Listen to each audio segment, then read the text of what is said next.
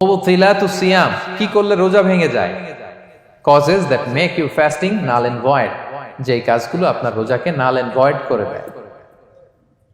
কি করলে রোজা ভেঙে যায়?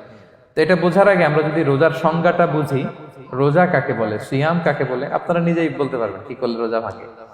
রোজার সংজ্ঞা হচ্ছে আসওমু হুয়াল ইমসাকু আনিল আখলি ওয়া শুরবি ওয়াল জিমাই মিন তুলুইল ফাজরি ইলা গুরুবিশ শামসি মা নিয়া। মানে রোজা হচ্ছে বিরত থাকার নাম। কি থেকে? খাওয়া থেকে, পান করা থেকে, ফিজিক্যাল ইন্টিমেসি থেকে স্ত্রীর সাথে, সকাল থেকে শুরু করে, ফজর থেকে শুরু করে ইলা গুরুবিশ শামস মানে সানসেট পর্যন্ত, সূর্যাস্ত পর্যন্ত, মা নিয়া, নিয়তের সাথে। ক্লিয়ার হয়ে গেছে না? রোজা হচ্ছে বিরত থাকার নাম। খাওয়া থেকে বিরত, পান থেকে, ফিজিক্যাল ইন্টারকোর্স থেকে, সকাল থেকে শুরু করে সন্ধ্যা পর্যন্ত নিয়তের সাথে। তো এই সংজ্ঞা থেকেই তো বোঝা যায় কি করলে, খেলে রোজা ভেঙে যায়, ড্রিঙ্কস করলে রোজা ভেঙে যায়, বিবাহিতরা দিনের বেলায় ফিজিক্যাল ইন্টিমেসিতে গেলে রোজা ভেঙে যায়। তো আমরা এবার পয়েন্ট আকারে শুনবো যে কি কি কাজ করলে। এখানে মৌলিকভাবে 3টা জিনিসের কথা বলা হয়েছে, কিন্তু আরো কিছু জিনিস আছে যেগুলো করলে আপনার রোজা ভেঙে যাবে। আসুন আমরা সেগুলো শুনি। 1 নম্বরে হচ্ছে ইচ্ছা করে যদি আপনি খান, ইচ্ছা করে খাইতে হবে, বুঝছেন? ভুল করে খাইলে কিন্তু রোজা ভাঙে না। খুব মজার না ব্যাপারটা? অনেক সময় এমন হয়, অনেকের অভ্যাস যে সকালবেলা সে ঘুম থেকে উঠে পানি খায়। তো আপনি হঠাৎ করে 1 গ্লাস পানি খেয়ে ফেলছেন, খাওয়ার পরে মনে হয়েছে ওরে আমি তো রোজা, এখন কি হবে বলেন তো? ভাঙবে না? ভাঙবে না, ভাঙে নাই। শুধু 1 গ্লাস পানি না, ভুলে যদি 1 প্লেট ভাতও খেয়ে ফেলেন, ভুলে, রোজা ভাঙবে না। তো রোজা অবস্থায় এত বড় ভুল অবশ্য কেউ করে না, কি বলেন? পানির এটা হয়ে যায়, তাও প্রথম 1, 2, 3 রোজায় হয় না?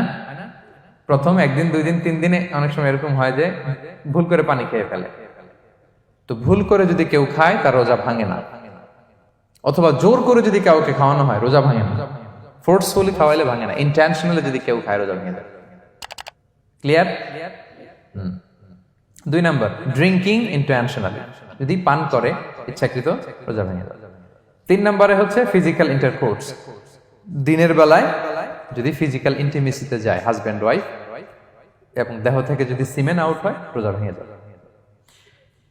তবে ইচ্ছাকৃত যদি আপনি রোজা ভাঙেন, এটা বড্ড ভয়ঙ্কর প্রিয় ভাইরা। এটা খেয়াল করে মনে রাখবেন যে ইচ্ছা করে রোজা ভাঙার চেয়ে বড় স্পর্ধা আর হতে পারে না। কারণ এই রোজা রাখাটা কি রমাদানে ফরজ। আপনি যদি ফরজ ইচ্ছা করে ভাঙেন তাহলে শুধু কাজা করলে হবে না, কাফারা দিতে হবে। কে দিতে হবে? তাহলে আমরা জানছি কাজা, আমরা জেনেছি ফিদিয়া, এবার নতুন একটা টার্ম শুনলাম, এটা কি? কাফারা। ইচ্ছা করে রোজা ভাঙলে কাফারা দিতে হবে। এন্ড হোয়াট ইজ কাফারা? কাফারা হচ্ছে টানা 2 মাস রোজা রাখা একটার জন্য। পারবেন? রমজানেরটা রাখতে তো খবর হয়ে যায়, কি বলেন? ইচ্ছা করে যদি কেউ রোজা ভাঙে তার কাজা কাফারা 2টাই লাগবে। কাজা মানে কি? একটা রোজার জন্য একটা রাখা, আর কাফারা 2 মাস 60টা রোজা রাখা। 60 খবর আছে। কিন্তু আপনি ইচ্ছা করে যদি রোজা ভাঙেন, এটার জন্য কাজা করলেন, একটা 60টা রাখলেন, মোট 61টা রাখার পরেও রমাদানের যে রোজা, এটার ফজিলত কি আপনি পাবেন? এটা আপনি পাবেন না। এটা বড্ড ভয়ঙ্কর। আমরা যেন ইচ্ছা করে কেউ রোজা না ভাঙি। এই ইচ্ছা করে যদি কেউ রোজা ভাঙে অথবা ইচ্ছা করে দিনের বেলায় যদি কেউ ফিজিক্যাল ইন্টারকোর্স করে, তখন তার কাজাও করা লাগবে, কাফারাও করা লাগবে। এই ভুল যেন আমরা কখনো না করি, মনে থাকবে। এবার একটা মজার হাদিস শোনেন, সহিহ বুখারী। এক সাহাবী দৌড়ে এসে রাসূল সাল্লাল্লাহু আলাইহি ওয়াসাল্লামকে বলতেছে, ইয়া রাসূলুল্লাহ হালাকতু ইয়া রাসূলুল্লাহ, হে আল্লাহর রাসূল আমি তো শেষ। সাহাবী বলতেছে, ইয়া রাসূলুল্লাহ আমি তো শেষ। তুমি শেষ, কি হয়েছে তোমার? রাসূল সাল্লাল্লাহু আলাইহি ওয়াসাল্লাম বললেন, ওয়ামা আহলাকাক, তুমি কেন, কি সমস্যা? হালাকতু ইয়া রাসূলুল্লাহ লিটারাল মিনিং হচ্ছে, ইয়া রাসূলুল্লাহ আমি তো ধ্বংস হয়ে গেলাম। রাসূল বললেন, কি হয়েছে, কিভাবে ধ্বংস হইলাম? তো সাহাবী বললেন, ওয়াকাআতু আলা ইমরাআতি ফি রমাদান, আমি রমাদানে দিনের বেলায় আমার স্ত্রীর সাথে ফিজিক্যাল ইন্টারকোর্স করে ফেলেছি, আমি তো শেষ, ইয়া রাসূলুল্লাহ আমারে বাঁচান। তারপর রাসূল সাল্লাল্লাহু আলাইহি ওয়াসাল্লাম বললেন, হাল তাজিদু মা কা'তিকু রাকাবা, তুমি কি একটা দাস আজাদ করতে পারবে? কাফারার মূল বিধান হচ্ছে দাস আজাদ করা অথবা 60টা রোজা রাখা অথবা 60 জনকে খাওয়ানো। ওকে, তো রাসূল সাল্লাল্লাহু আলাইহি ওয়াসাল্লাম বলতেছে, তুমি কি একটা দাস আজাদ করতে পারবে? উনি বলল, না, আমার তো এই সক্ষমতা নাই, আমি পারবো না। তো রাসূল সাল্লাল্লাহু আলাইহি ওয়াসাল্লাম বললেন, ফাহাল তাস্তাতিউ আন তাসুমা শাহরাইনি মুতাতাবিআইন, তাহলে টানা 60 দিন রোজা রাখতে পারবে? বলতেছে, লা ইয়া রাসূলুল্লাহ, এটাও আমি পারবো না, 60 দিন রোজা রাখা আমার পক্ষে সম্ভব না। এরপর রাসূল সাল্লাল্লাহু আলাইহি ওয়াসাল্লাম বললেন, ফাহাল তাজিদু মা তুতঈমু 60 মিসকিনান, তাহলে 60 জনকে খাবার খাওয়াইতে পারবে? বলতেছে, না, এটাও পারবো না। তো কোনোটাই সে পারবে না। এবার উনি বসে রইলেন। ফাউতিয়া বিআরাকিন ফিহি তাম, হঠাৎ করে রাসূল সাল্লাল্লাহু আলাইহি ওয়াসাল্লামের কাছে এক ঝুড়ি খেজুর আসলো। এবার রাসূল সাল্লাল্লাহু আলাইহি ওয়াসাল্লাম বললেন, সেই লোক কোথায় যে কিছুই করতে পারবে না, একে ডাকো।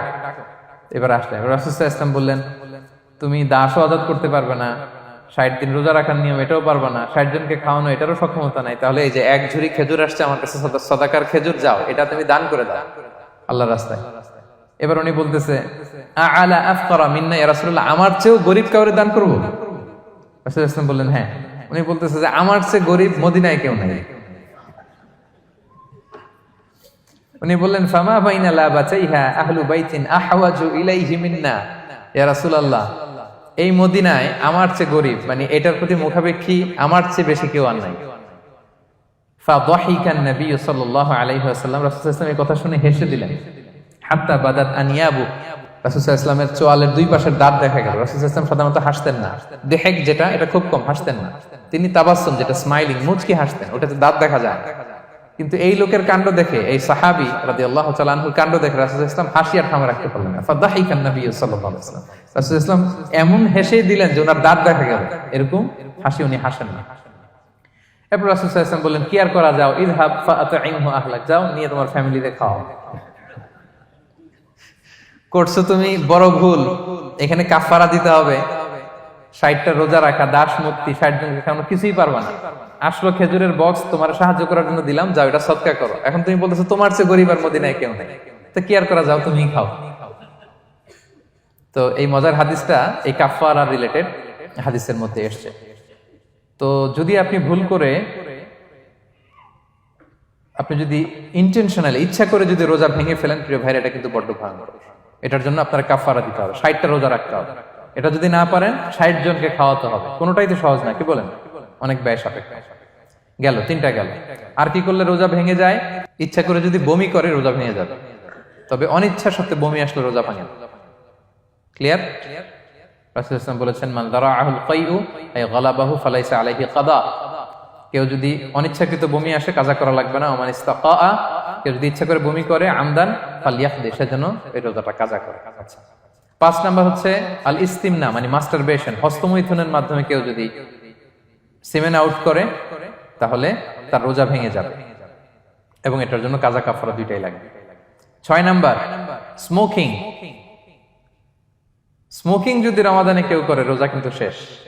এদিকে আমার মাসালা শেখায় না নতুন করে, অনেকে অনেক ডানে বায়ে মাসালা করে যে হুজুর এটাতে এই, ওটাতে, এটা তো ধোঁয়া, এটা তো এই না। স্মোকিং করলে আপনার রোজা ভেঙে যাবে, কারণ এটার মধ্যে এমন পার্টিকেল থাকে যেটা আপনার ভিতরে চলে যায়, সো আপনার রোজা ভেঙে যাবে। খবরদার স্মোকিং করবেন না। 7 নাম্বারে আপনি যদি নাকে ড্রপ দেন, রোজা রাখা অবস্থায় নাকে ড্রপ দেওয়া যাবে না। হ্যাঁ, নাক হচ্ছে gateway to reach in the stomach, এটা স্টোমাকে পৌঁছার একটা গেটওয়ে। আপনি নাকে ড্রপ দিলে দেখুন কিছুক্ষণ পরে গলায় একটা তেতো তেতো ভাব অনুভব হয়, আস্তে করে এটা স্টোমাকে চলে যায়, আপনার রোজা ভেঙে যাবে। নাকের ড্রপ এটা রাতে, সন্ধ্যা থেকে শুরু করে সাহুর খাওয়া পর্যন্ত। আচ্ছা, এজন্য রমাদানে কিন্তু অজু করার সময় নাকে পানি দিতে সাবধান। হ্যাঁ, ফরজ গোসলের সময় নাকে পানি দিতে সাবধান, খুব বেশি ইস্তিনশাক করা যাবে। Be a part of our vision. Do listen and share the khair.